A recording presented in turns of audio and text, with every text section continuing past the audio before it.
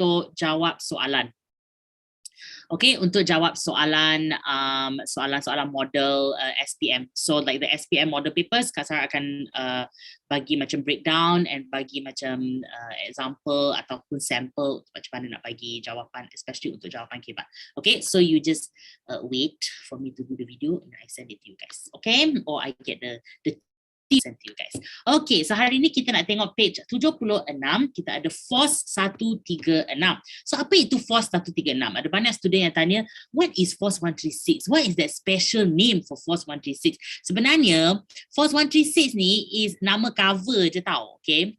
It's just like a nama yang diberikan untuk the British intelligence lah, okay? So takkanlah nak British nak come up dengan satu nama yang macam geng yang nak menumpaskan kuasa Jepun di tanah Melayu. Obviously not, right? So mereka menubuhkan apa yang dikenali sebagai Southeast Asia Command or SEAC, or the Special Operations Executive.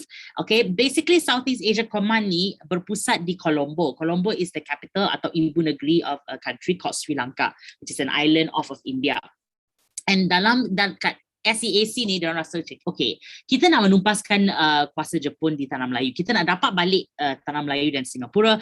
How do we do it? So mereka membentuk unit khas yang dikenali sebagai Force 136. So it's just a nama ataupun kod yang diberikan untuk geng ni yang nak macam dapatkan latihan untuk masuk semula tanah Melayu and fight with the Japanese untuk dapatkan semula tanah Melayu. Okay, so siapa yang dikenali sebagai anggota Force 136, okay, their job is to go and dapatkan latihan. So they have to go all the way to India dan juga Sri Lanka untuk dapatkan latihan. Lepas dah buat training semua, diorang kena kembali ke tanah Melayu. Tetapi tak boleh kembali ke tanah Melayu macam hello, here I am.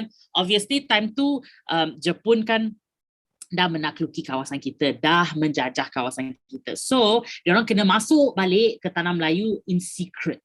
Okay? So, that is why mereka dihantar ke tanah Melayu melalui kapal selam atau diturunkan melalui payung terjun. Okay? So, like parachute out of the plane. Alright? And then on top of that, the reason why diorang buat semua ni is simple. Okay? Diorang nak dapatkan sokongan orang Melayu. Diorang nak tolong orang Melayu di tanah Melayu. They want to help the Malay people yang sekarang dah sengsara di bawah Jepun. At the same time, mereka juga menubuhkan pasukan gerila anti-Jepun. Apa itu pasukan gerila? I think I've sort of talked to you guys about that before. Gerila, kalau tak faham, bermaksud perang yang dilakukan secara bersembunyi dan dalam kumpulan yang kecil. So usually gerila ni macam random attacks. You don't fight like face to face. Okay, because kita memang tak ada chance lah nak fight face to face. So guerrilla is anything that we do in secret and then we like bomb that place and then we run back in and then we hide. That is guerrilla. Okay, so all of this is secret business. Okay, that is why diorang kena masuk melalui kapal selam. Kapal selam is submarine, okay guys, just in case you don't know.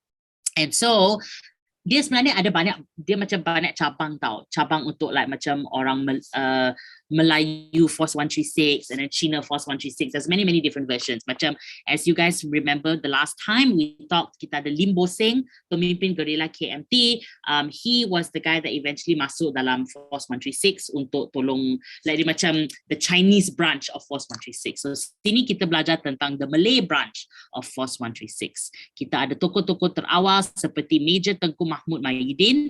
That's the pakcik right here. Kita ada Lieutenant Tunku Yusof Tunku Yaakob, Captain Ibrahim Ismail dan Lieutenant Tunku Osman Tunku Muhammad Jiwa. Yes, I faham mungkin nama-nama dia macam terlalu panjang, tetapi these are the heroes lah guys, okay, that really sanggup korbankan diri untuk keamanan kawasan kita lah, okay? So let's take a look at this uncle first lah, Tengku Mahmud Mahidin. What an adorable looking uncle, okay? Now he is the pemimpin pasukan Melayu Force 136. Now ada this jolokan Harimau Malaya. So actually dapat macam nickname lah, okay? The nickname that he got is Harimau Malaya. Mengelolakan bermaksud either mengendalikan, mengatur atau menjaga. Basically to handle siaran radio dari India. You guys already would know by now, Kalau nak dapat radio, nak guna radio, semua benda ni semua tidak dibenarkan oleh tentera Jepun di Tanah Melayu at that time. Sebab tentera Jepun tak nak kita ada kontak lah dengan dunia luar. Okay, so he is the one that handle di siaran radio dari India and yang diberikan nama Suara Harimau Malaya. Okay, because we want to find out information about what's happening outside. And the Japanese are not going to do it. So di Tengku Mahmud, tolong kita orang dapatkan siaran radio itu. Okay. And dalam siaran radio itu menyeru orang Melayu untuk menentang tentera Jepun dan juga tali barutnya. Apa itu tali barut? Basically is orang suruhan yang menjadi penyampai rahsia. Informer lah. Okay, bad. Informer is bad in this idea or in this context. Okay, so jom kita tengok Force 136. Macam mana diorang land di Tanah Melayu and basically what did they do? Force 136 Ulu Perak, kita ada Askar Melayu Setia. Apa itu Askar Melayu Setia? Askar Melayu Setia ditubuhkan dengan bantuan pegawai daerah di kawasan yang dikenali sebagai Gerik. Okay? Gerik ni kan guys, dia memang banyak macam it's like kawasan hutan and all that lah. So it's very easy for the Force 136 guys to darat di Hulu Perak. Very likely they landed via the parachute lah. Okay.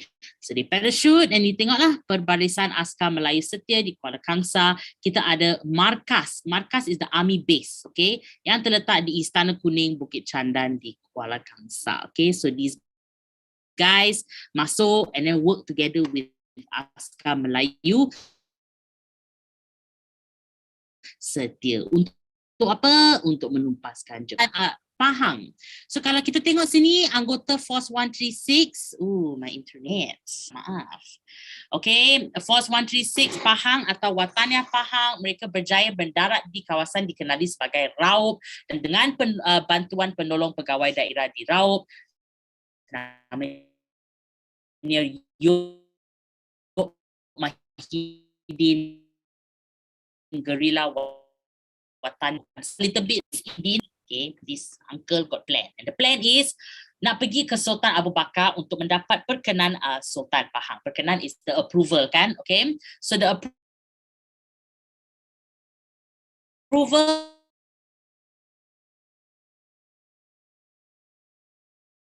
Sultan Abu Bakar sebagai pemerintah. Kita nak membentuk Wataniah Pahang. So how can you help me? Okay, and then here dengan Wataniah Pahang mengetua Tengah Temerloh, basically all the places in Pahang. So let's talk about this. Why so important guys? Kalau kita tengok sini, Wataniah Pahang, pasukan mereka dengan pemerintah kehormat mereka, so their leader is their Sultan of Pahang. Dan kalau kita tengok sini, berdiri 3 dari kanan ialah Captain Abdul Razak Hussein. Siapa tu Captain Abdul Razak Hussein guys? Captain Abdul Razak Hussein is our second Prime Minister lah, Tun Razak lah. Okay guys, so let's talk a little bit about this. Okay, kejap one of you got issues with internet also. Okay. So Captain Razak, siapa Captain Razak and macam mana Captain Razak eventually jadi Tun Razak? So let's talk about this and Yok Mahidin. So once upon a time sebelum Captain Abdul Razak jadi captain, okay, Abdul Razak actually was a very talented, very smart young man yang dapat macam beasiswa untuk pergi belajar. And if I'm not mistaken, pergi belajar kat Singapura, okay. And then selepas dah belajar kat Singapura, bila British dah macam hilangkan diri and Jepun masuk and also menakluki Tanah Melayu, Jepun tu memang suruh all of the students yang pergi study overseas ke Tanah Melayu untuk menjalankan pentadbiran. Remember we talked about this, sekolah Kuala Kunrenjo, diorang tak cukup tentera, diorang tak cukup pegawai pentadbiran, so diorang suruh penduduk tempatan untuk jadi kerja lah, okay, and jadi pegawai. So they asked him to come back and then after that jaga Pahang. Tapi one day tu dia macam I want to do more for my country, for my tanah air.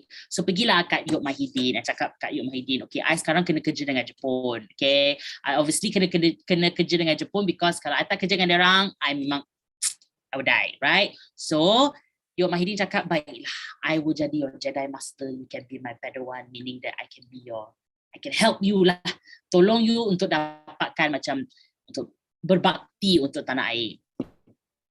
So a lot of the times apa-apa operasi yang berlaku di Pahang, dia perlukan banyak banyak information.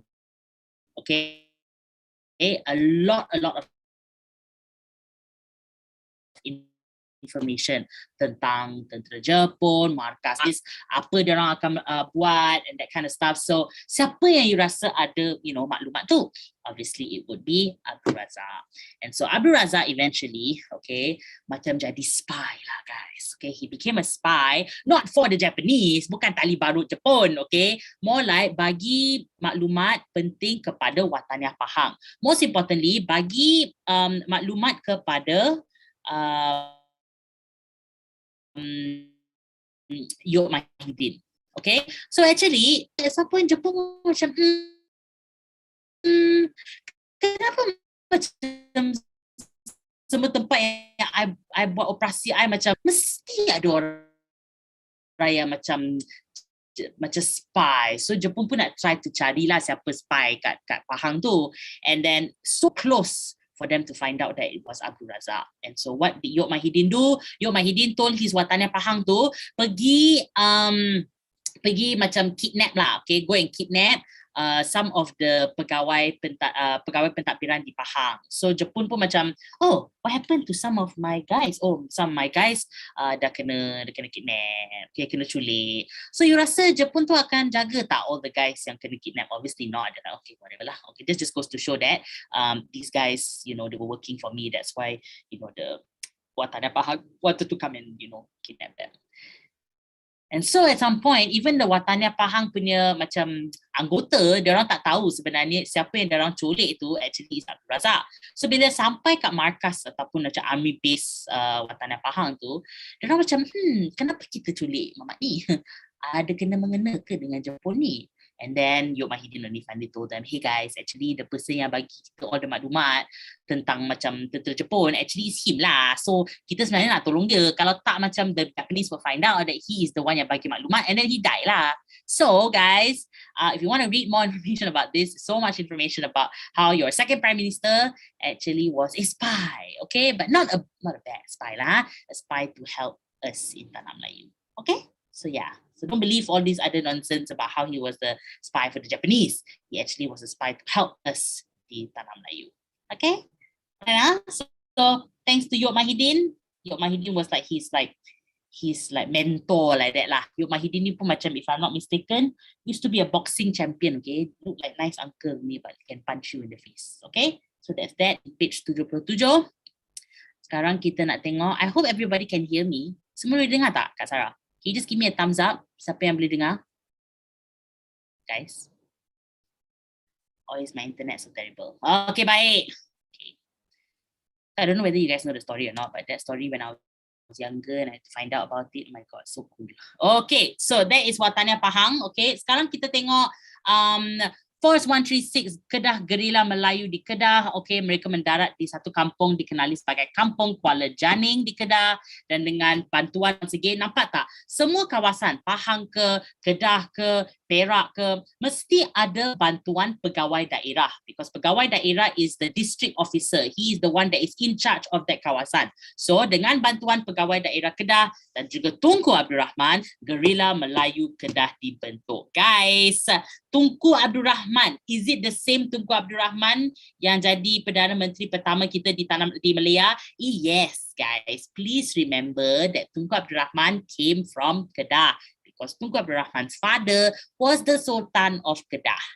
Okay guys, try to remember. You see Tunku Abdul Rahman's name sebelum kita orang dapat kemerdekaan, sebelum Parti Perikatan, kita kena ingat Tunku Abdul Rahman came from Kedah. And Tunku Abdul Rahman at some point was the pegawai di kawasan and pentadbiran Kedah. Please remember this. Okay guys, actually our politics is really not that difficult to remember. Okay, now kalau kita tengok sini, Gerila Melayu Kedah bersama pegawai kita, pegawai perhubungan kumpulan, Major Hassler. So kita memang banyak bekerjasama dengan tentera-tentera bersekutu. Okay, so macam mana Force 136 dengan pertubuhan Gerila Melayu, macam mana kita orang bekerjasama? Kita bekerjasama simple. Kita orang punya matlamat is untuk menentang Jepun. We want to get rid of the Japanese. Tetapi kita kena lakukan atau menjalankan aktiviti aktiviti rahsia. It has to be lah. You all know the Kempetai very very scary, right? So macam mana kita bekerjasama, kita dapatkan maklumat, kita melakukan sabotage, alright, kita sebarkan propaganda dan juga membuat persiapan untuk British melancarkan satu operasi yang dikenali sebagai Operasi Zipper. Operasi Zipper, guys, is something that they plan. Minta maaf, my internet.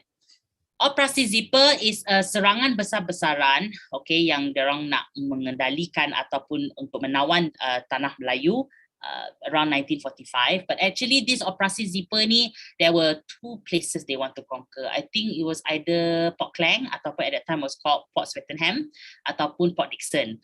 So diorang nak macam menawan pelabuhan.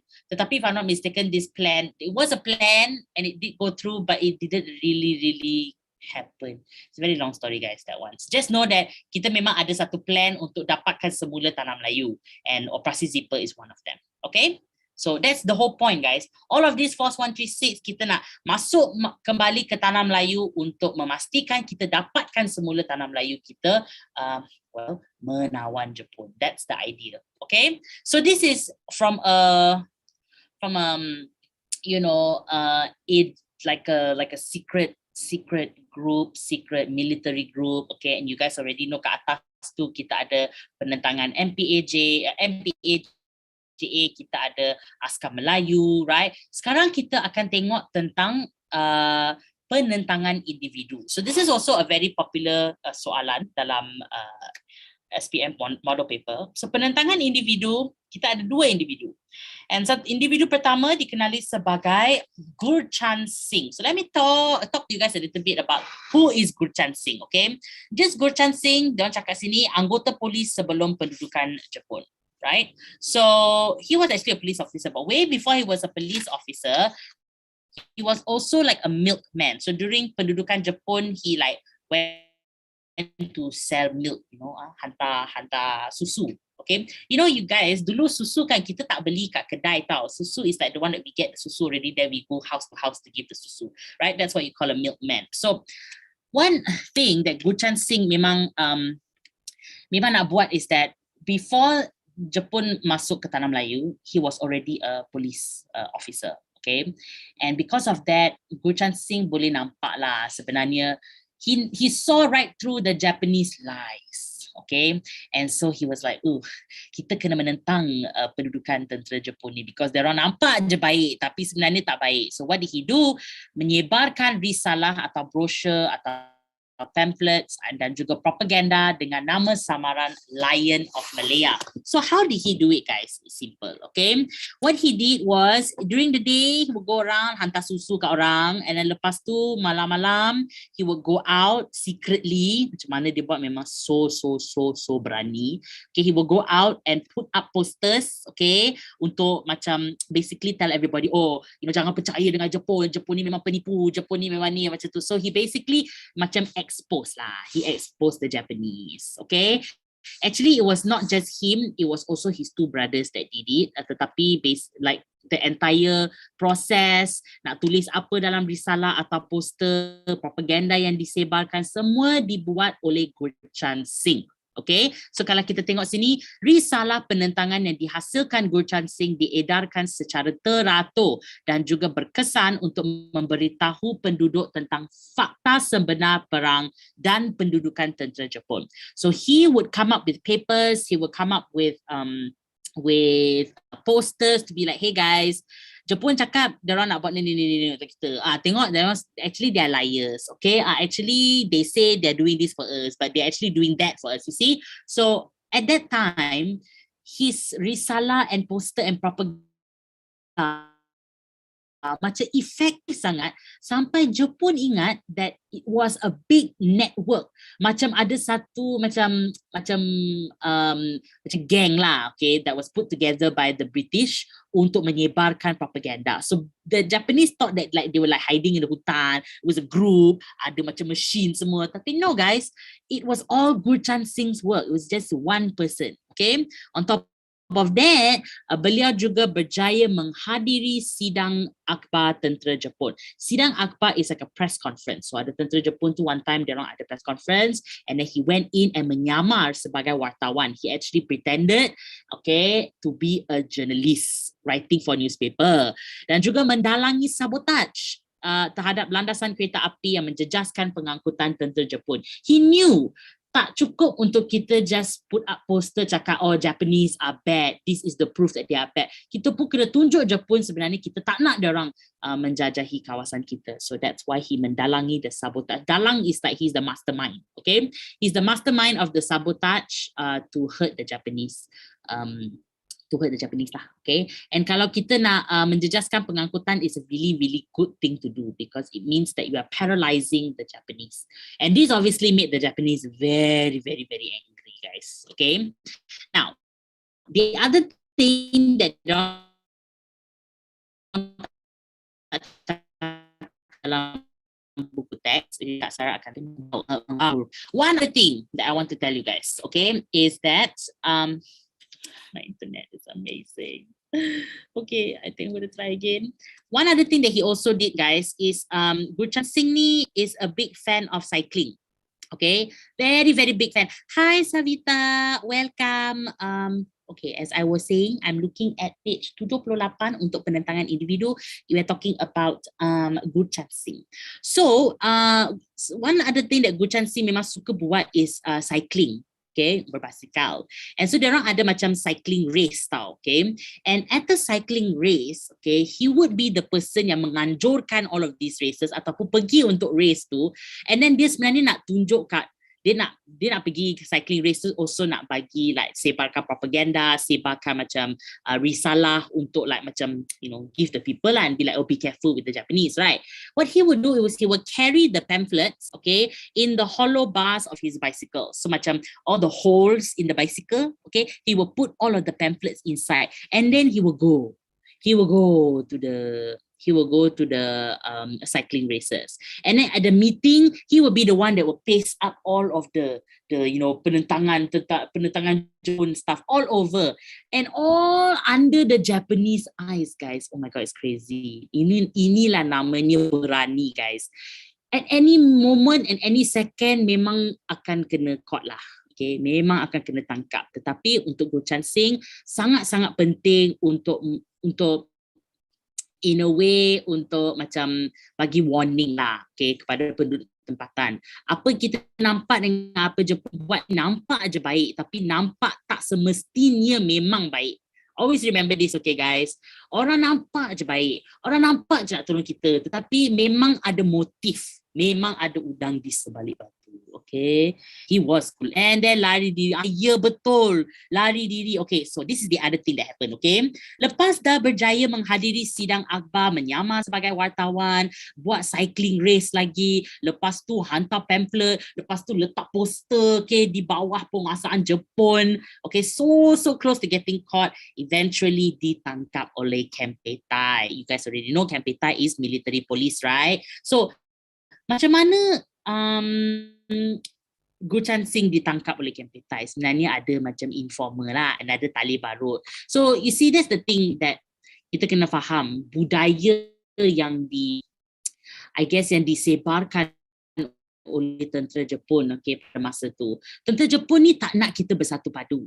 Okay, tentera Jepun nak kita orang macam suspect each other. They want us to be macam not happy with each other, okay, so that the idea is dasar pecah dan perintah lah, okay. They don't want us to bersatu padu and realize that sebenarnya masalah kita bukan diri sendiri atau each other. Masalah kita is Jepun, tentera Jepun, okay, and pemerintahan yang kejam. So most of the time, kalau kita macam, if we rat our friend out, we snitch on our friend, it's actually because kita nak tolong diri sendiri, at least at that time during tentera Jepun punya masa lah, okay. And so one of them have no choice and rasa macam, maybe they want to help themselves, so mereka macam reveal lah, dia macam told tentera Jepun tentang Gurchan Singh. So ditangkap oleh Kempetai, but eventually, okay, berjaya melarikan diri ke Burma, okay, sehingga perang tamat. So that's kind of cool, guys. Okay, he was able to escape, God knows how, but he was able to escape and he was able to run away until the war ended. So that's Gurchan Singh. So you see guys, penentangan individu menunjukkan that kita sebenarnya bukan, yes, pentingnya ada askar, pentingnya ada penentangan dari segi kekerasan, tetapi ada juga individu yang memang dah tak tahan dengan kekejaman Jepun. Kalau kita dah tak tahan dengan kekejaman yang, you know, semua orang dah dapat, okay, obviously everyone's felt it already, then what do? Kita duduk, diam, tunggu, ataupun kita bangun and also kita memperjuangkan you know, negara kita ataupun kita orang punya semangat. That's the idea. Ini, you know, iktibar yang kita boleh belajar. And that is, dengan Gurchan Singh kita belajar, wow, apa cabaran yang datang, kita kena berani menghadapi cabaran. Kita kena memang ada rasa macam, you know, semangat ataupun korbankan diri. Kenapa? Not to say that Kak Sarah nak tell you guys, oh please pergi korbankan diri untuk negara, pergi bunuh diri, coy. No, that's not the point. The point is mengorbankan diri is sacrifice. Meaning that walaupun benda tu susah untuk kita nak buat, tetapi kita buat kerana kita sayang.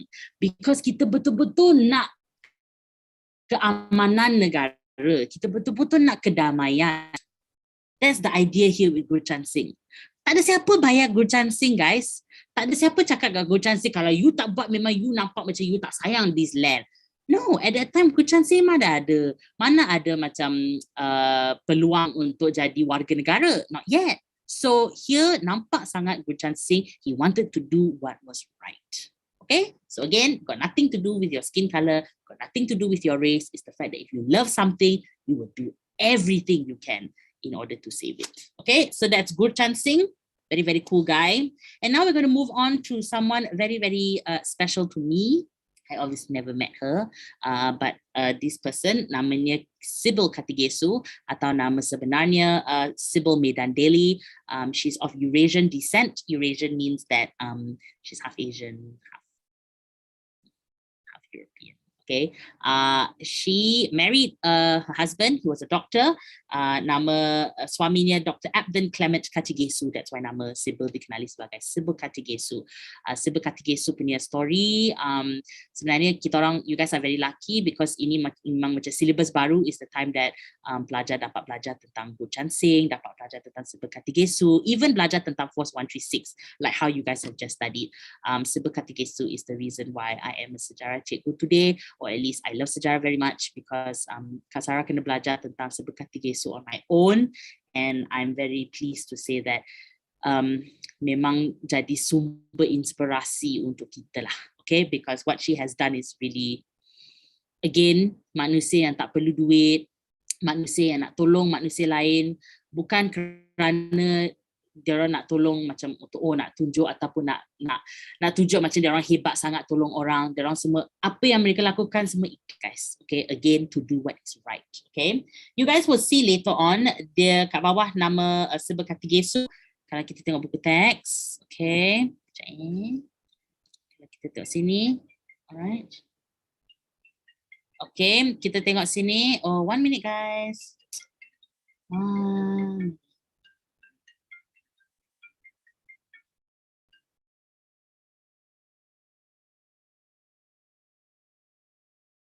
Minta maaf. Okay, so kalau kita tengok sini, memoir Sibyl Katigesu. She actually wanted to write a book, and she did write a book, tapi tak habis the book actually. That's called No Dram of Mercy. This is the book right here. Okay, I think you guys can find it online if you want to. It's not very expensive. Tetapi yeah, that's the book, No Dram of Mercy. Okay, and dalam buku ni, Sibyl Katigesu would tell you all the stories about macam mana ada kekejaman Jepun. Kejam dia orang tu memang wow guys. InsyaAllah I'll be able to show you a video after this. Okay, kenapa pentingnya kita belajar tentang Sibyl Katigesu? Walaupun Sibyl Katigesu punya cerita dalam buku teks memang tak banyak, tetapi memang I rasa to honor what she has done, I think it's best we spend a little bit of time for her. Okay, so jom kita tengok. So like I said, Sibyl Katigesu merupakan seorang jururawat yang sangat terkenal dengan keberanian dan kecekalan. Why? Beliau membantu mangsa perang dan gerila anti-Jepun di Perak. Okay, so during this time, kita tak nak panggil dia orang komunis lah, atau komunis yang kejam. At that time, diorang memang bekerjasama dengan British dah untuk tolong nak menumpaskan Jepun di tanah Melayu. Okay, so that's why they're called gerakan guerrilla anti-Jepun. And that's why they're called MPAJA, right? Malayan People's Anti-Japanese Army. So Sybil dan suaminya, Dr. Abden ni, memang ada klinik kat Ipoh, alright? Tetapi when they were living in Ipoh, lepas tu the Japanese came and then there was strikes, okay? So basically diorang hantar bom, diorang ada macam bomber plane semua, and her husband's leg was hurt. And then because of that, they had to move to another place because Ipoh dah tak safe dah, okay? Really, really not safe anymore. So diorang eventually moved to another kampung. Dia macam small kampung like that lah. Maybe kawasan pedalaman sikit from Ipoh yang dikenali sebagai Papan, right? So basically diorang kendalikan klinik lah, macam secret klinik in Papan, okay? So during this time kat Papan, pasangan ini memberikan bantuan ubat-ubatan dan perkhidmatan perubatan kepada gerila anti-Jepun. Okay, so here's the part yang kita kena faham. Kak Sarah dah cakap tadi, kita sebenarnya di bawah di bawah Jepun tidak dibenarkan untuk ada radio. We cannot have radio. It's punishable by death, guys. So if, for example, excuse me, sorry. Let's say kita dalam bilik and then Jepun buka bilik Kak Sarah, nampak ada radio, habis, mati, okay? It's a wrap for me. So the reason why they don't want us to have siaran radio is because diorang tak nak kita ada, maklumat from outside lah, okay? So Sybil and her husband, diorang macam betul-betul, I guess they wanted to do the right thing. So they actually secretly got a radio, okay?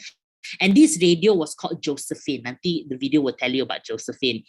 Every night, guys, the radio tu kan, diorang akan macam sebelum tidur, ataupun they don't even let like specific people in the house know. So macam only maybe 2-3 people that knew about the radio, diorang akan buka radio tu, diorang akan macam disassemble the radio, okay? Lepas tu, when it's time to listen to the radio, baru diorang macam put it back, and then after take it out, put it back. Kenapa? Because bila Jepun datang nanti, Jepun akan tanya, kenapa you ada radio kan? Let's see if they find it. Dan cakap, oh, radio ni rosak lah. So kita just buang. Mana nak buang? Mana kita tahu nak buang? Kita letak je kat sana. Maybe we did it one day untuk kereta ke apa-apa. In the book, actually, they will tell you that diorang ada 2 ke 3 kereta, guys. And in the book, they will tell you that Jepun akan datang and just come and take the car. Just come and take the car ni. Okay? Don't even say like, please, I pinjam or whatever. Jepun just datang cakap, oh, ini kereta, oh, besar. Okay, boom. I'm going to give it to my boss. Okay? So really, guys, they really had to suffer lah. And so there was a lot of people that were hurt at that time. And so at the same time, memang diorang nak dapatkan siaran radio British. So Sybil menyembunyikan radio, berkongsi maklumat dengan guerrilla anti-Jepun. So the guys will come in middle of the night. They're like, oh my God, I was hurt. So who's going to help? Sybil and her husband lah. Okay. Unfortunately, Sybil dan suami ditangkap oleh tentera, mereka terungkap, and dalam tahanan, guys, oh my God, guys, penyiksaan demi penyiksaan dilakukan, okay, oleh tentera Jepun. That's the thing about tentera Jepun. Diorang akan seksa kita sampai kita bagi maklumat yang diorang nak. Okay, and diorang akan seksa. Ini memang diorang punya plan, akan seksa kita sampai menyebabkan kematian suaminya. Okay, I think even on her birthday, they like torture her, guys. Okay, only when tentera Jepun menyerah kalah, Sybil dibebaskan dan diterbangkan ke Britain because tak dapat operation rawatan perubatan. Unfortunately, she was still sick, and then she died of septic blood or something like that. So she died because of like her injuries lah, okay? And eventually Sybil, sebelum Sybil meninggal dunia, dianugerahi pingat King George di Buckingham Palace oleh King George VI, Queen Elizabeth's father, the current UK Queen Elizabeth's father, kerana keberaniannya semasa pendudukan Jepun. She was the only Malayan woman or woman from Malaya to receive this award. Okay, it's a very, very important award. Guys, I can't even explain to you guys macam mana Sybil punya kesiksaan. Okay, for example, Sibyl ada a few daughters tau, okay? Ada satu anak I think is old enough already. And I think Kak Sarah I told you guys already kan before this, kalau tentera Jepun nampak ada perempuan cantik, gadis yang macam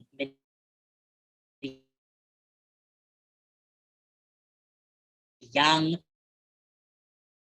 what they would do is they would kidnap the girls, take the girls away. So what ini orang ni tak betul. Ni semua buat tipu because takutlah anak dia akan diculik oleh tentera Jepun. And then eventually bila Sibyl ditangkap oleh tentera Jepun they wanted her to give the maklumat tentang guerrilla anti Jepun. So dia cakap, I benci you guys, I tak bagi. They hang the daughter, so like on a tree, they hang the daughter, okay, they tie the daughter on the tree, very young, her daughter is like less than 10 years old. I think 10, 11 years old, like they hang the guys, and then basically like they just bite the daughter lah. All of this untuk dapat maklumat from Sibyl, and even then Sibyl tak nak bagi, okay. Kuku, dia akan pull out, okay. They will do waterboarding, they will do all these terrible things to Sibyl Karthigesu, guys. All because mereka nak dapat maklumat tentang guerrilla anti-Jepun. So at that time, this is the time kita not to talk about, oh kita benci siapa-siapa, kita tak suka ideologi ini, kita tak suka ideologi itu. It's simple. Untuk Jepun, diorang nak menang. Diorang tak nak penentangan. Okay, and kalau sesiapa yang tahu tentang penentangan, diorang akan seksa sampai diorang dapat. So kalau kita tengok sini penentangan individu, kita kena faham, oh my God, what did they do to this woman? And masih boleh macam survive, guys. She can survive and get rawatan. So, I think there's something that happened with her. Yes, sejarah ini tidak boleh dilupakan. That's the thing, guys, about sejarah. Kita selalu ingat sejarah hanya tentang benda-benda yang macam, oh kita kena ingat hari kemerdekaan. Yes, sangat penting untuk tahu hari dan juga peristiwa yang dapat kemerdekaan. Tetapi sebelum kita dapat kemerdekaan, kita kena faham ada banyak sebenarnya yang seksa, banyak sangat yang terkorban kerana kekejaman dunia. If you know this is what happened with Sibyl Karthigesu, you will never forget Sibyl Karthigesu story. Sibyl Karthigesu tak buat sebab macam, I'm Sibyl Karthigesu, sehebat ada. Sibyl Karthigesu buat semua ni kerana benci sangat dengan perbuatan Jepun yang kejam. And so she wanted to do the right thing. See, guys? Alright? If I'm not, hopefully guys, I will be able to show this to you guys. It's okay, no worries, team. Everybody got internet problems here. We will do the best that we can. Okay. Sekarang Kak Sarah nak tunjuk. Okay, I want to let you guys know whether it's on YouTube or it's on here. Apa yang Kak Sarah nak tunjuk? It's on New Straits Time punya online YouTube channel. Dia agak okay. The stories are quite stressful lah. So siapa yang rasa dia tak boleh handle trauma tu, please let me know that I won't show the video, okay? Tetapi the person that will be talking is a historian, a sejarawan. He knows very much about this particular museum. Sebenarnya ini dulu rumah Sibyl dan suami dia dan keluarganya di Papan. Papan tu ditukar kepada satu museum hari ini. Tetapi masalah dia, museum ni memang macam dah lah guys, because tak cukup funding untuk museum tu. So it's very important for us to know kenapa perlu ni kita ada museum-museum macam ini. Kenapa kita perlu ada kawasan peringatan untuk Limbosing ataupun untuk Sibyl Karthigesu. Kenapa? Kerana again, mereka banyak berbakti untuk negara. And remember guys, at that time they are not warga negara, They are not warga negara yet. Just people living in Malaya who wanted to do the right thing for their home. So it doesn't matter whether they are warga negara or not, at that time mereka memang nak lakukan benda yang betul untuk tanah Melayu. Okay? So for now, I'm going to show you guys this video. Harap-harap internet Kak Sarah pun not terrible. So, siapa yang ada masalah tengok video ni, let me know tau, okay?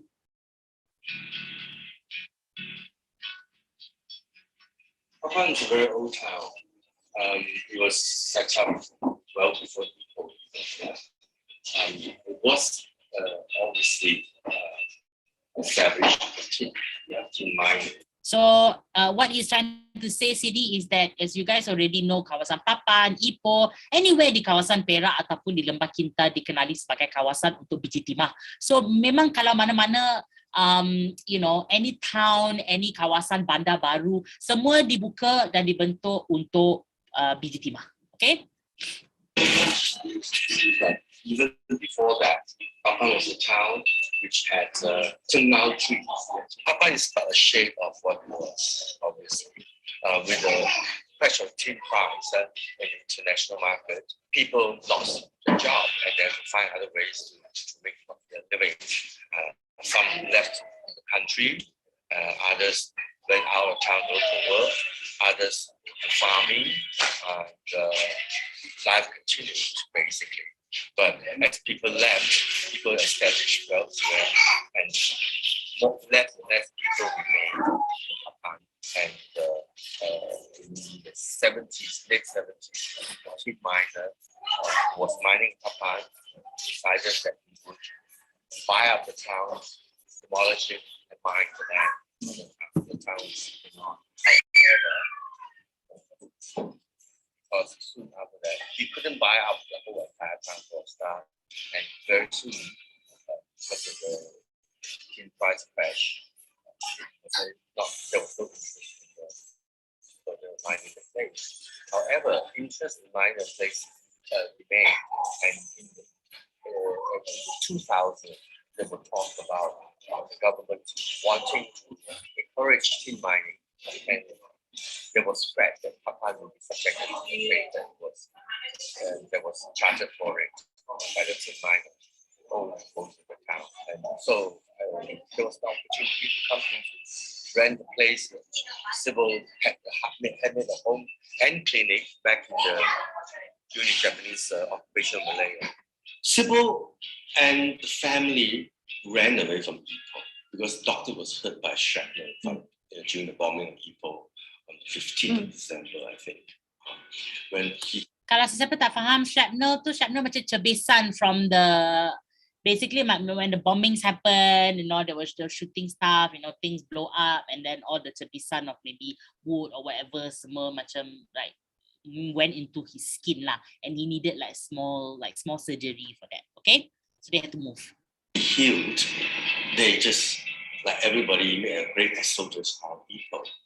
They came in the shop house kind of by chance, and they celebrated the first Christmas in Papan that very year in 41. A few months later, Sybil was approached by a local person who helped the guerrillas fighting the Japanese, hiding out in the hills. She trained a local man to be a paramedic, and he will take the medication to the people, mainly for diarrhea, dysentery, and malaria. And that happened about 3 months after they moved in. And he is a local person who's not actually a part of the guerrilla warfare, but kind of freedom of movement. Yeah, he was in charge. When they moved in, Sybil also managed to secure a radio. And she wanted to listen to what was going on. She turned into short radio, BBC, and to do that, they used headphones and they were high-handed stations. And the information she got, of course, passed to the people who lived at the Japanese guerrilla fighters. This went on for many, many months. About 20 months after they moved in, doctor and the doctor's son, William, were arrested. 3 days later, they came for Sybil. So the drama that happened to secure her fame took place here for 20 months, and after that it was outside. Court trials during the time, and then the trial of Nishimura after the Japanese had surrendered. All happened outside here. What Sybil did not only help heal the people fighting the Japanese, but she in fact saved the town. When she was arrested, she refused to divulge her connections to the guerrilla fighters, and I think that action kept the town folks alive. Sybil survived the war, although she was in isolation in the Batu jail. She survived, but she was crippled. People forgot about her for a while. It was only about 2 weeks after Japanese surrendered that they found her in the jail. What she had suffered most of all were the beatings that left her quite paralyzed. When Dawn was up the tree, she had Sybil suffered a major kick of a Japanese beat, which probably crushed her jawbone or something. And in this picture, you can see her face is a little bit, and that I think was septicemia. And although she was healed, she healed well enough to walk again. She had a relapse, and she died in Lana Hospital, Scotland, of septicemia. In November 47, she was given a George Medal by King George, and she was able to walk to the sea with herself. To this day, she remains the only Malaysian civilian woman to have received the George Medal. So just to give you guys a see, this is how the house looks like. It's memorial to, I think, the British party. Okay, I'm sorry guys. The sound is really bad. Okay, really bad. Okay, so just for you guys to know, kenapa Kak Sarah nak tunjuk video tu untuk tunjukkan sebenarnya dia orang memang ada kawasan apa tu, rumah tu yang dikenali sebagai rumah di papan is still there untuk tunjuk orang tak tukar apa-apa in that house, untuk tunjuk, untuk bagi kita macam museum lah macam mana hidup Sybil Kartikesu dulu. Sebab bila orang dah masuk kat rumah tu, orang basic thank you. They got a lot of people to stay with them, and banyak orang yang datang, banyak orang yang sakit, so diorang akan datang and then bayar-bayar lah sikit apa yang diorang mampu. Okay, so that was really quite sad because eventually bila Jepun sampai, guys, when they got her, they really got her. So the video, the reason why Crescent, Pak Cik ni tahu tentang cerita tu, he's a cultural activist, and I think if I'm not mistaken, he is the person that is in charge to jaga the museum. Tetapi malangnya tak cukup duit lah untuk run this museum properly. Itu je, okay? So that's what happened, okay? The other things that you guys can also know is, so that's him, guys. It was him who actually put together, I think, there's a lot of people actually that put it together. So for example, diorang cakap,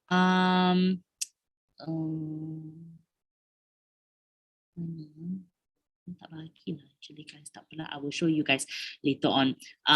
Maybe I can tell you guys can find it on YouTube. Dia ada macam mini series tau guys. So later on, Sybil Kartikesu punya grand niece, if I'm not mistaken, dia macam anak saudara lah, okay, family member, took on the role to be Sybil Kartikesu in this mini series, and you guys can find it. Thank you, Crescent. I think that's the one, and it's really good. Memang pahit dan memang susah sangat untuk tengok video tu because kekejaman tu kita tengok, kita tahu sebenarnya itu acting tau. Acting pun kita rasa macam nak muntah. Okay, can you imagine how is it for Sybil to actually go through that? Okay, thank you for the video link. Thank you, Crescent. But I would think kalau boleh, I would try to find the video for you guys untuk the mini series kalau sesiapa yang nak tengok lah. Okay, and kalau sesiapa yang nak cari, I think you can find it online. You can find the PDF online. It's very British English. So dia agak macam at some point even Kak Sarah kena buka dictionary macam macam ni cakap apa, agak susah lah. Okay, tetapi the stories are very difficult to read. Okay, so if you guys want to know, this is the story. Okay, now let's move on. Before we go on to gerakan anti-Jepun di Sabah dan juga Sarawak, that's another one of my favorite stories, is kita nak tengok soalan struktur untuk soalan Gurchan Singh dan juga Sybil Kartikesu. Okay, so untuk soalan pertama, diorang tanya kegiatan anti-Jepun digerakkan secara individu seperti penentangan Gurchan Singh dan juga Sybil Kartikesu. Nyatakan tindakan yang dilakukan oleh Seberkatigesu dan Guru Chansing. Minta maaf guys, I will change this later, is 2 markah actually untuk Seberkatigesu. So, jelaskan tindakan yang diambil oleh tentera Jepun. So, soalan 1A, diorang tanya tentang tindakan yang dilakukan oleh Guru Chansing dan oleh Seberkatigesu. So, apa yang diorang lakukan yang dikenali sebagai penentangan mereka terhadap Jepun. Okay? And then soalan 1B tanya tindakan yang diambil oleh tentera Jepun. So, question 1A asking what Guru Chansing and Seberkatigesu do. Question B is what did the Japanese do to Guru Chansing dan Seberkatigesu. And of course, lastly, terangkan nilai yang boleh dicontohi. Memang kita ada banyak sangat nilai yang boleh dicontohi daripada perjuangan mereka. Okay, so let's move on and let's take a look. Okay, it's very bad. Very bad. Ini ada another one. It's quite terrible actually. But I will fix this for you guys. So, this is the part that you guys can see, page 78, sesiapa yang tak ada, then you guys can refer to this. So, kalau kita tanya, nyatakan tindakan yang dilakukan oleh Guru Chansing, so kita go back, menyebarkan propaganda, right, risalah dan propaganda, menyamar sebagai wartawan, mendalangi sabotaj terhadap landasan kereta P. Okay, so that's basically what you guys can put. It's all here, guys. Okay, kalau kita tengok sini, menyebarkan risalah dan propaganda, kita nampak menyamar sebagai wartawan, mendalangi sabotaj, it's all here. Okay, whereas untuk Seberkatigesu, dia ada banyak untuk 2 markah, membantu mangsa perang dan gerila anti-Jepun di Perak, helping all of the victims, memberi bantuan ubat-ubatan, so we can see here. Okay, memberi bantuan ubat-ubatan, memberikan bantuan ataupun perkhidmatan perubatan kepada gerila anti-Jepun. We have to be very specific guys. We must say memberi perkhidmatan perubatan kepada gerila anti-Jepun. Okay, what else did they do? Menyembunyikan radio, mereka memberikan perkhidmatan perubatan like I said tadi, dan juga berkongsi maklumat daripada siaran radio British dengan gerila anti-Jepun. So it's right here. Okay, so these are the things yang dilakukan oleh Seberkatigesu dan juga Guru Chansing. Then we go to tindakan yang diambil oleh tentera Jepun. Apa yang Jepun buat? Simple je, Guru Chansing ditangkap oleh Kempeitai, the end. Tak payah cakap, oh Guru Chansing ditangkap oleh Kempeitai, lepas tu larikan diri ke Burma, tak payah. Okay, and then kalau Seberkatigesu, what happened to her? Suaminya ditangkap oleh tentera Jepun. You just have to say ditangkap lah. Okay guys. And kalau nilai dia senang je guys. We already know this. Nombor 1, kita memang harus berani dalam menghadapi cabaran seperti Guru Chansing yang berani untuk menyebarkan risalah, berani menyebarkan propaganda. Oh, tak payah cakap. Seberkatigesu berani menyembunyikan radio, berani bagi bantuan atau perkhidmatan perubatan kepada gerila anti-Jepun, kan? Mereka cintakan negara ataupun mempunyai semangat nasionalisme yang sangat tinggi. Okay, diorang sanggup mengorbankan diri untuk negara. Okay, then we go on. Berkesanggupan untuk berkorban, I already said that. Dan lastly, berusaha mempertahankan maruah negara. Memang kalau kita tengok the video yang Seberkatigesu, yang mini series tu, Seberkatigesu, there will be a scene yang dia cakap, saya benci dengan orang Jepun, saya benci dengan Jepun. Memang betul lah. All of this is untuk dapatkan ataupun mempertahankan maruah negara. Because Tanah Melayu is a great place. Kenapa you nak datang and like menjajah kawasan kita? Go away. I don't want you here. Okay? So here is not just to... Oh my goodness. Yes, Crescent, betul. Berani is the right word. You see, bila you baca kan guys, oh my God guys. I really, memang susah sangat kat sana nak habiskan buku ni. Because buku ni memang, the way Seberkatigesu macam ceritakan tentang apa yang berlaku, bukan macam, oh kesian hidup I merana, oh kenapalah Jepun datang. Dia macam, tak, saya kena bekerja keras, saya kena macam, I have to move forward, I kena tolong suami I kena tolong anak I kena tolong I punya macam, you know, all the pekerja that work with me, my driver, you know, the servants, I have to help everybody, all the town people, I have to help them, and then what happened? Help, and then kena seksa dengan Jepun. Okay, the one yang Kak Sarah tak boleh tahan is the fingernail one.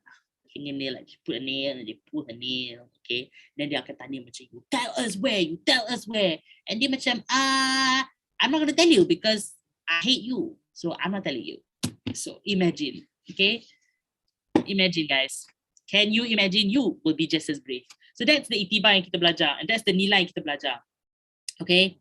So that's why in the future, senang sangat untuk buat soalan-soalan kebat. Because you think of people like Sri Kartikesu, kenapa pentingnya untuk bersatu padu? Kenapa pentingnya untuk kedamaian negara? Untuk memastikan this never happen again.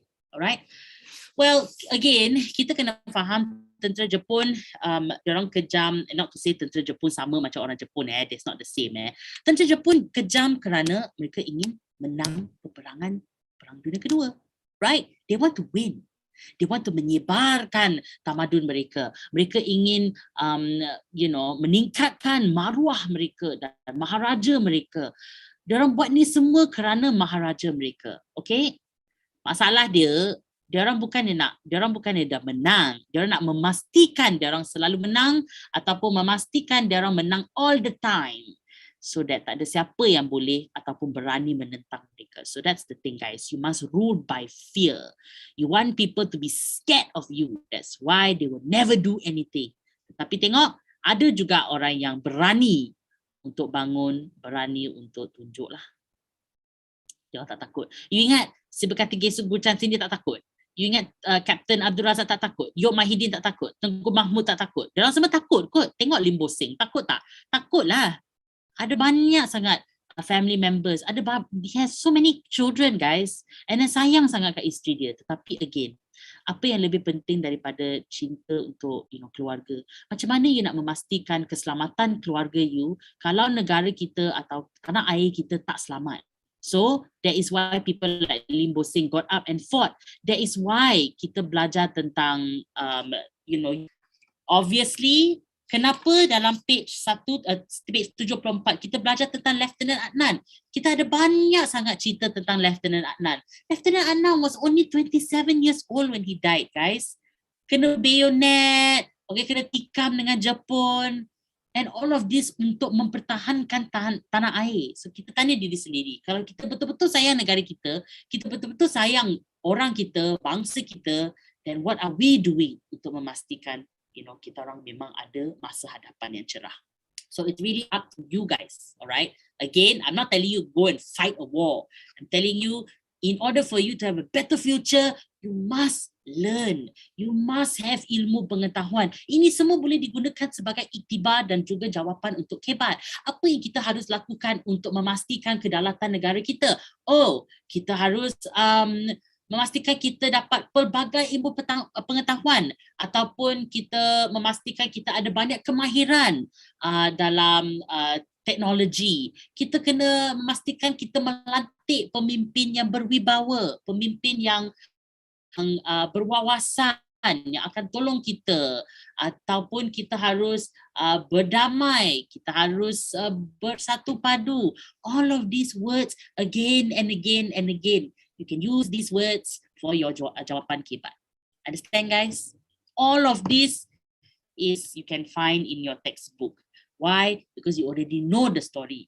And you already know the story. Crescent dah cakap dah, was a brave woman. Boom. Isn't that the nilai? Oh, apa yang kita belajar tentang cerita Gurchansin dan Sri Kartikesu? Wow, kita harus berani. Berani seperti mereka. Right? Berani macam mana? What did they do untuk menunjukkan mereka berani? You see guys? Not as difficult as you think. Okay? Any questions so far? No questions, right? Kalau tak ada soalan, then kita move on ke gerakan anti-Jepun di Sabah dan Sarawak. Oh, I do like this one very much. Now, obviously, we need to talk about Sabah dan Sarawak. Kita ada Operasi Semut. Oh, this is one of my favorite stories, guys. Okay, so Operasi Semut, kenapa kita panggil dia Semut? Later we will find out. Dia dikenali sebagai siri operasi peninjauan. Peninjauan is scouting. Okay, you look for something yang dilakukan oleh unit khas Z Australia yang sebahagian daripada kempen tentera bersekutu, that means it's ally soldiers punya plan untuk menentang Jepun di Sarawak. Macam mana kita nak menentang Jepun? Kita dah tahu. Macam Force 136, kita harus ada peninjauan. Kita kena mengumpulkan semua maklumat dan bisikan tentang Jepun. Kalau kita nak menang, we have to find out what our enemy is doing. So kalau kita tengok perkataan reconnaissance, reconnaissance dikenali sebagai scouting, looking for something. Okay, so this department is known as SRD, the Australian Services Reconnaissance Department, atau Jabatan Peninjauan Perkhidmatan Australia. Kerja dia orang simple. Kumpulkan semua risikan, kumpul and also latih orang tempatan di Sarawak untuk melancarkan perang gerila. Again, we berperang secara bersembunyi. Okay, so in May of 1945, anggota SRD mendarat di kawasan tengah dan juga timur laut Sarawak. Okay, here's the thing bila diorang mendarat, diorang darat dengan parachute they just sampai in the middle of the hutan in Sarawak. You are a white man from Australia who land in the middle of Sarawak jungle. You takut ke tak? Mestilah you takut. Okay, and their job is very, very difficult. Diorang kena mengatur penentangan terhadap tentera Jepun. Diorang kena buat persediaan di kawasan Sarawak tu untuk pendaratan tentera ataupun pasukan bersekutu. So this SRD, this Services Reconnaissance Department, they're supposed to sampai in Sarawak. And what are they supposed to do, guys? Sampai kat Sarawak tu, okay, they are supposed to, mana kita punya tentera bersekutu boleh land? Mana kita nak fight? Macam mana kita nak dapat info dan intel tentang Jepun? Where do we go? What do we do? So that's their job, guys. Their job is to figure all of these things out untuk dorang punya tentera bersekutu. Okay, it is not easy, guys. And on top of that, they have to bekerjasama dengan rekrut tempatan. Okay, rekrut tempatan dikenali sebagai guerrilla semut. Semut, you know, like, do you notice when the semut is walking around and moving around? You don't realize semut is on the ground, semut is everywhere because you don't know where they are. You cannot see, all right? And they are very fast. So recruit ini diambil daripada orang Kayan, Kenya, Kelabit dan juga orang Murut. Later on, kita ada orang Iban yang datang dari Rajang yang akan menyertai perjuangan SRD. Okay? Kenapa pentingnya ada gerila semut? Kalau kita tengok sini, usaha mereka untuk merancang taktikal perang gerila menentang tentera Jepun kerana sebagai penduduk tempatan, mereka mengetahui selok-belok bumi Sarawak. So you see here, all the kawasan operasi semut. Okay? From Lembah Bario all the way to Bintulu and Muka. So they go by gang, they go by location.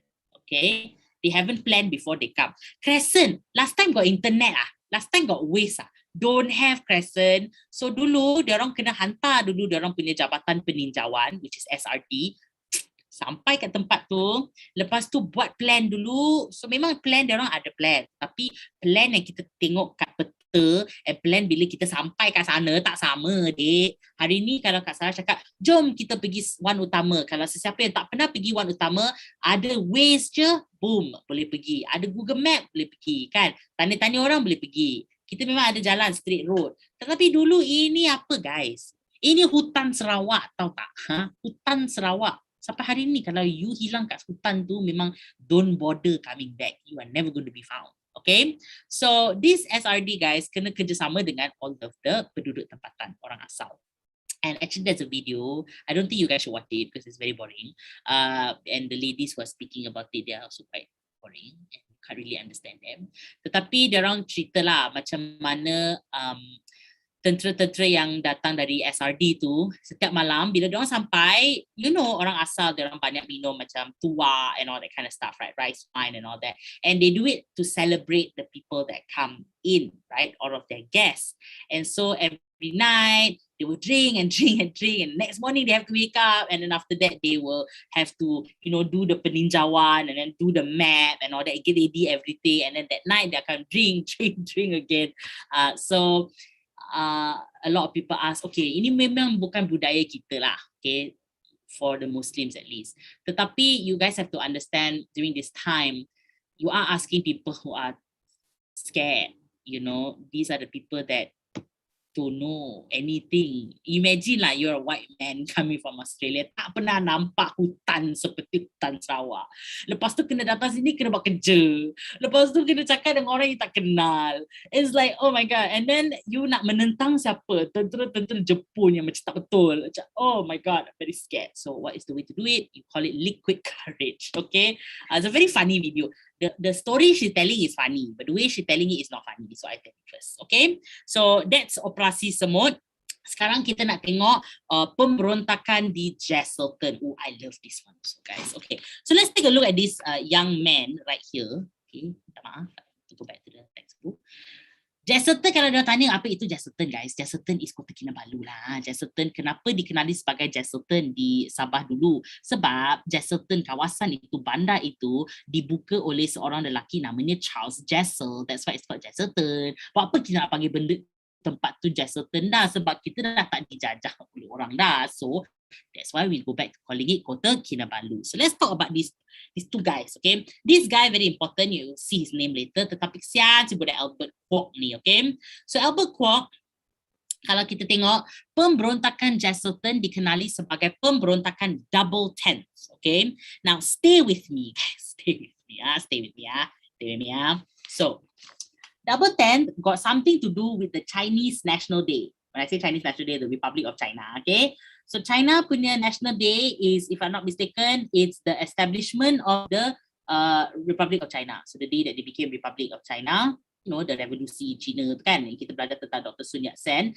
It's 1st of January 1912, okay? It's like 10-10, something like that. It's actually 0101, right? Okay. Tetapi they call it 10-10. I don't know how. That's what they said. They call it double 10th day or double 10th day. Okay, so ini ada kena mengena dengan China lah. Okay, and you know, his name is Albert Kwok, so you can tell Chinese. Okay, so kenapa dia panggil this particular pemberontakan sebagai double 10? Because it's got something to do with the National Day of China. Okay, and also double 10th revolt is what it happened 10th of October. 10-10, actually 10-10 of 1943. Okay, so this is the orang yang menentang tentera Jepun yang diketuai oleh Albert Kwok. Mereka dikenali sebagai the Kinabalu Guerrillas. Okay, so again berperang secara bersembunyi. So what happened in this double 10th? Okay, kalau kita tengok sini, Oktober 1943, kumpulan Albert Kwok yang dikenali sebagai Guerrilla Kinabalu melancarkan serangan.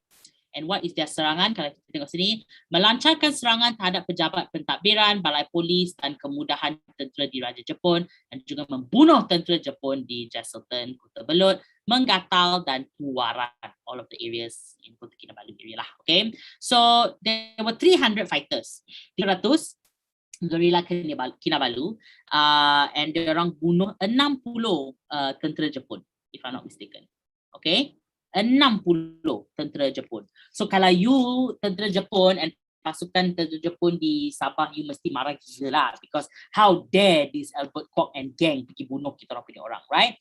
So obviously kalau you tentera Jepun, mestilah you akan lancarkan serangan balas, and they did it secara pantas dan kejam.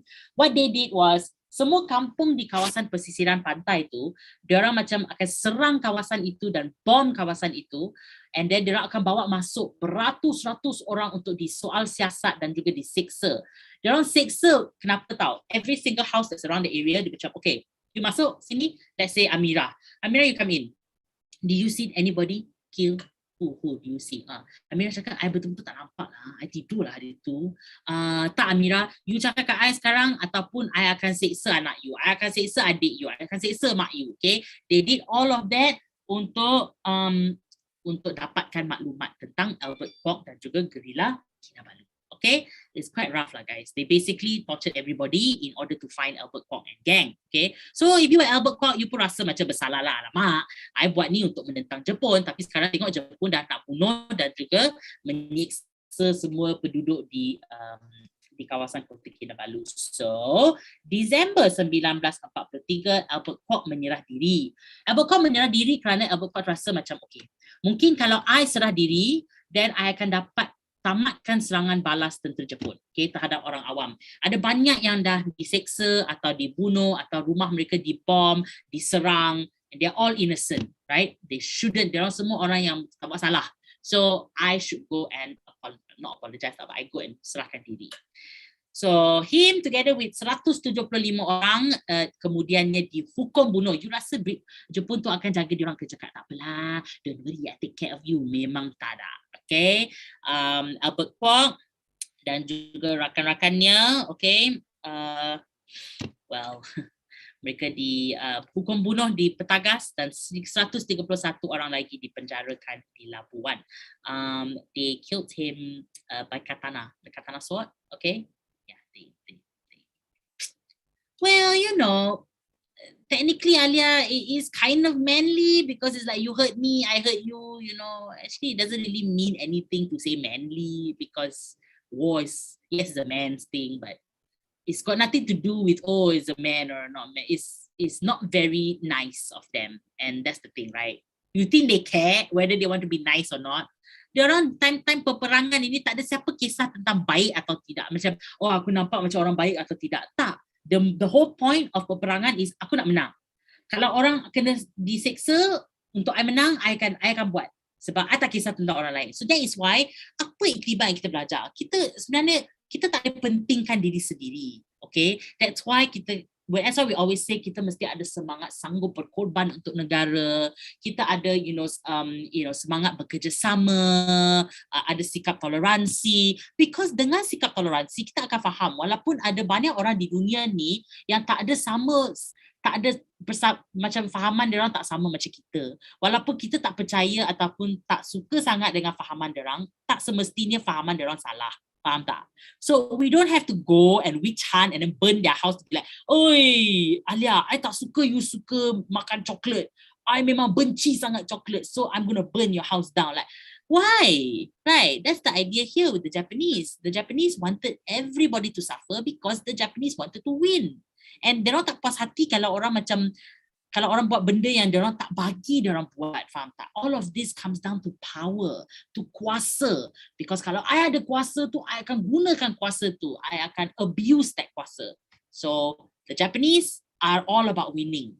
And if I can't find the dude that, killed my man and did this and berani menentang, I akan seksa semua orang sampai orang tu keluar. And that's exactly what Albert Koch did. He came out. And what happened? Albert Koch dibunuh dengan katana, guys. Kalau sesiapa yang tak tahu apa itu katana, I'll show you what is a katana. Then you will pingsan lah like this. Okay.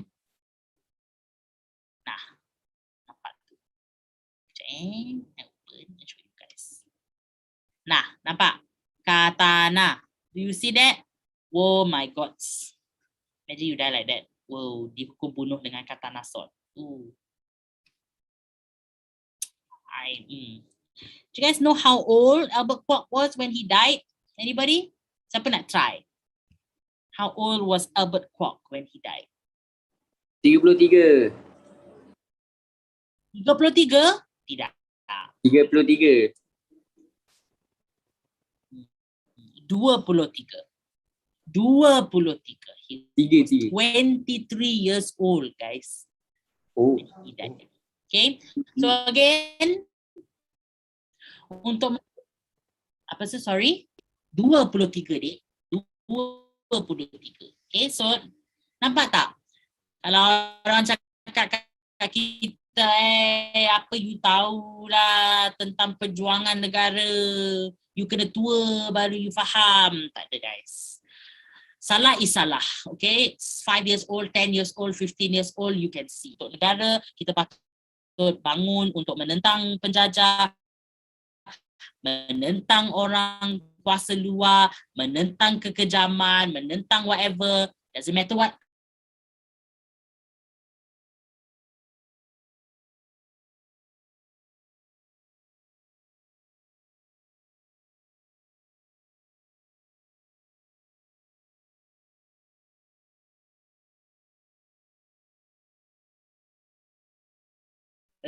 Minta maaf, guys.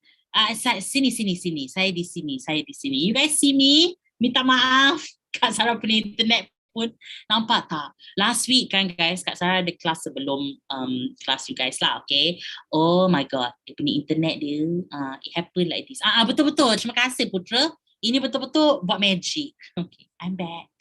So, jom kita habiskan tentang Datuk Mustafa, Datuk Harun. Okay, part ni agak penting guys. Okay, so ada juga pasukan gerila anti-Jepun yang dipimpin oleh Datuk Mustafa, Datuk Harun. This guy right here. You are going to see his name again nanti bila kita nak, actually you guys already saw his name. You guys dah form 5, so you guys will know bila kita bincang tentang pembentukan Malaysia.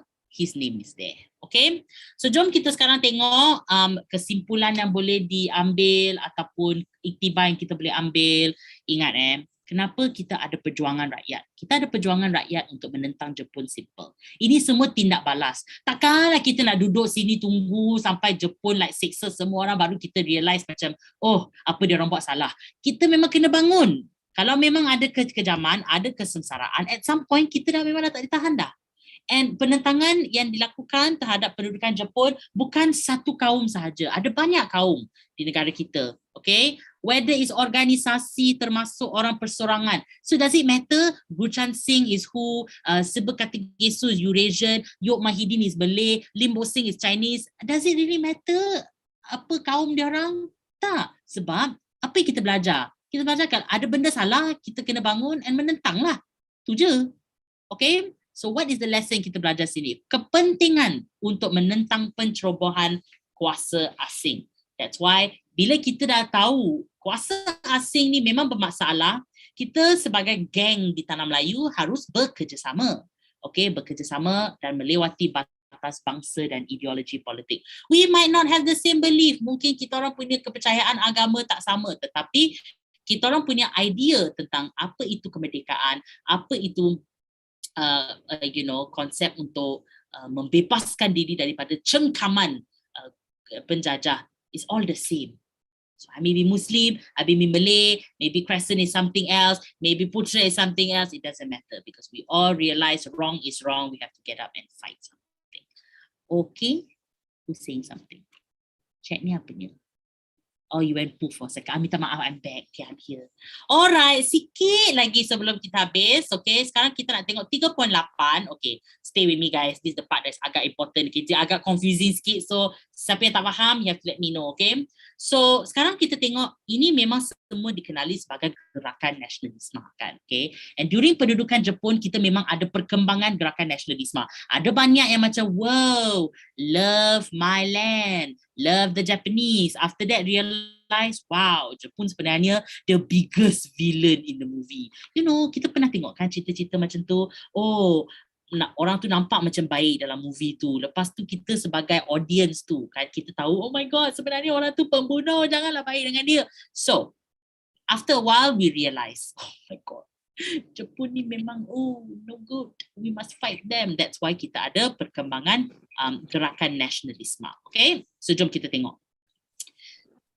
One of the things that we realize is that kita mesti ada perkembangan semangat anti penjajah. So sebenarnya yang ni kita kena berterima kasih lah kepada Jepun, kerana Jepun yang bagi kita slogan kan, Asia untuk Asia. Dia orang ada konsep lingkungan kesemakmuran Asia Timur Raya. Remember we talk about that zone before, right? All of these Jepun datang dengan konsep yang dia orang nak membebaskan negara kita. Okay, kita yang patutnya tentukan kemajuan kita sendiri. Kita patut meningkatkan persaudaraan sejagat. Kita tak perlu penjajah barat sebenarnya. We as the Asian gang, we need to help each other out. And konsep ini sebenarnya selaris dengan konsep yang digunakan ataupun yang macam konsep yang how do I say this? Konsep yang diperjuangkan oleh Kesatuan Melayu Muda. Okay, Kesatuan Melayu Muda nanti dalam bab 7 tingkatan 4 kita pun belajar tentang KMM. KMM sebenarnya kita dah nampak ada beberapa tokoh dan juga anggota KMM yang kita dah belajar dalam bab 2. Kita ada Pak Sako kan, kita ada Pak Sako, kita ada Ibrahim Yaakob.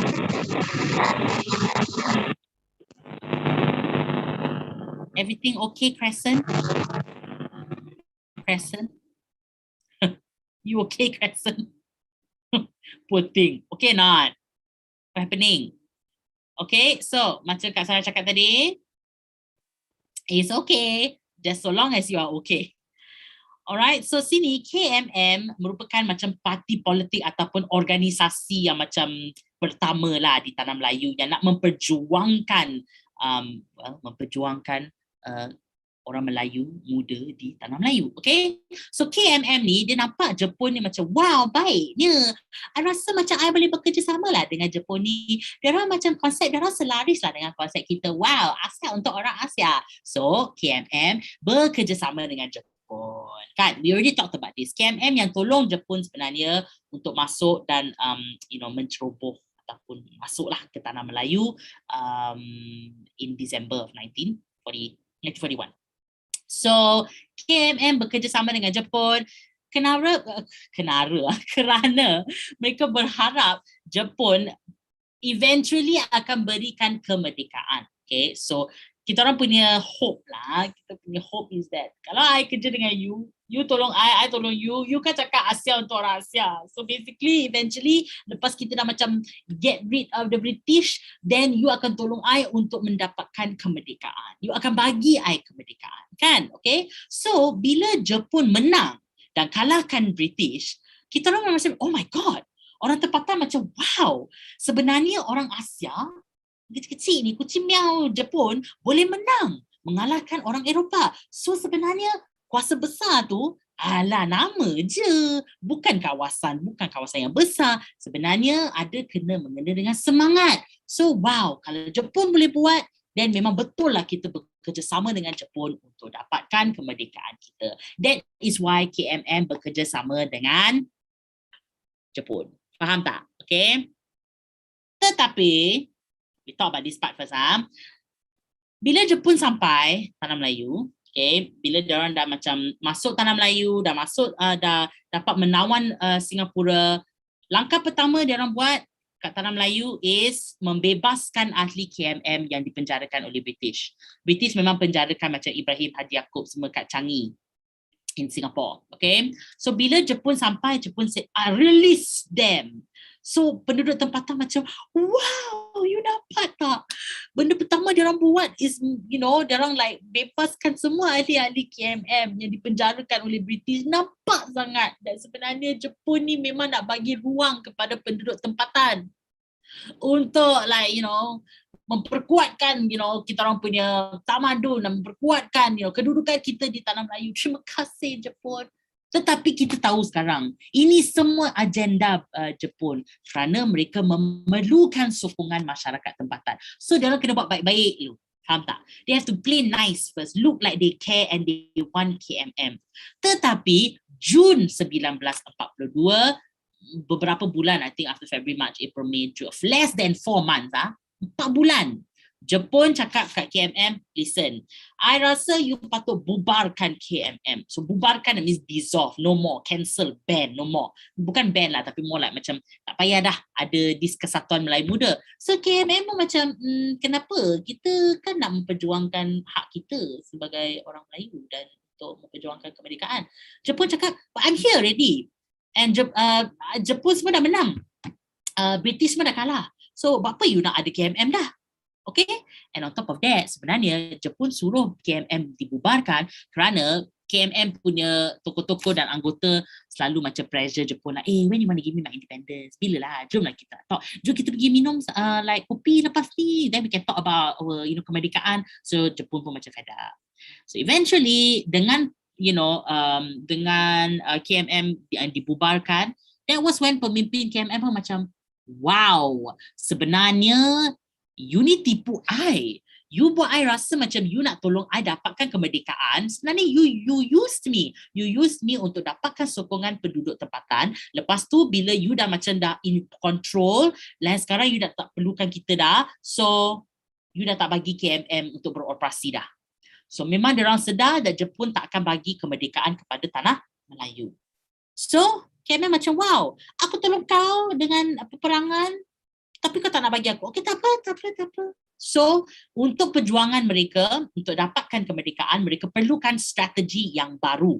Taktik dan strategi yang baru. So, they realize, right, you're not going to help me, and actually you lied to me, so now I have to find a way to work on this. So, KMM, dalam organisasi ketenteraan, diorang tak ada, they have no choice lah, guys, okay? Diorang harus, like, join and menyertai all of the organisasi ketenteraan oleh tentera Jepun. So kita tengok Gyugan yang dikenali sebagai peta atau pembelah tanah air ditubuhkan untuk membantu Jepun mempertahankan tanah Melayu. Ibrahim Haji Yaakob, the pemimpin of KMM, mengetuai Gyugan sebagai Lieutenant Colonel. Gyutai membantu pertahanan di kawasan pesisiran pantai dan juga ketenteraman awam. Onan Haji Siraj mengetuai GUTAI sebagai Lieutenant Colonel. So mereka semua datang dari KMM. Okay, so Jepun cakap janganlah marah. Kalau I bubarkan KMM, I kasihlah you kerja baru, Lieutenant Colonel GUGAN, Lieutenant Colonel GUTAI. At the same time, diorang pun cakap, okay lah, tak apalah, I join GUGAN dan GUTAI.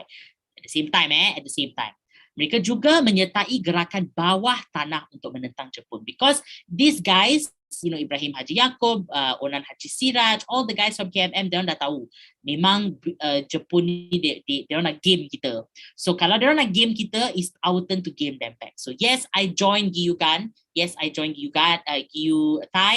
Tetapi I pun menyertai gerakan bawah tanah, underground, secret movement untuk menentang Jepun. So I work for you, but I also against you. Okay? There's a lot of this kind of stuff here. Okay, I will talk about the rest nanti. Inshallah, I will be able to finish the rest with you guys.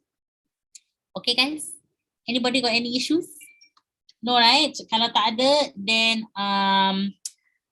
I will see you guys inshallah next week. Hopefully Kak Sarah dah boleh buat video tu tentang model SPM paper. I will work it out with the FASI. Okay? No questions, So inshallah Kak Sarah will jumpa you guys next week. Okay? Bye. Thank you, Kak. No worries. Thank you guys. Bye.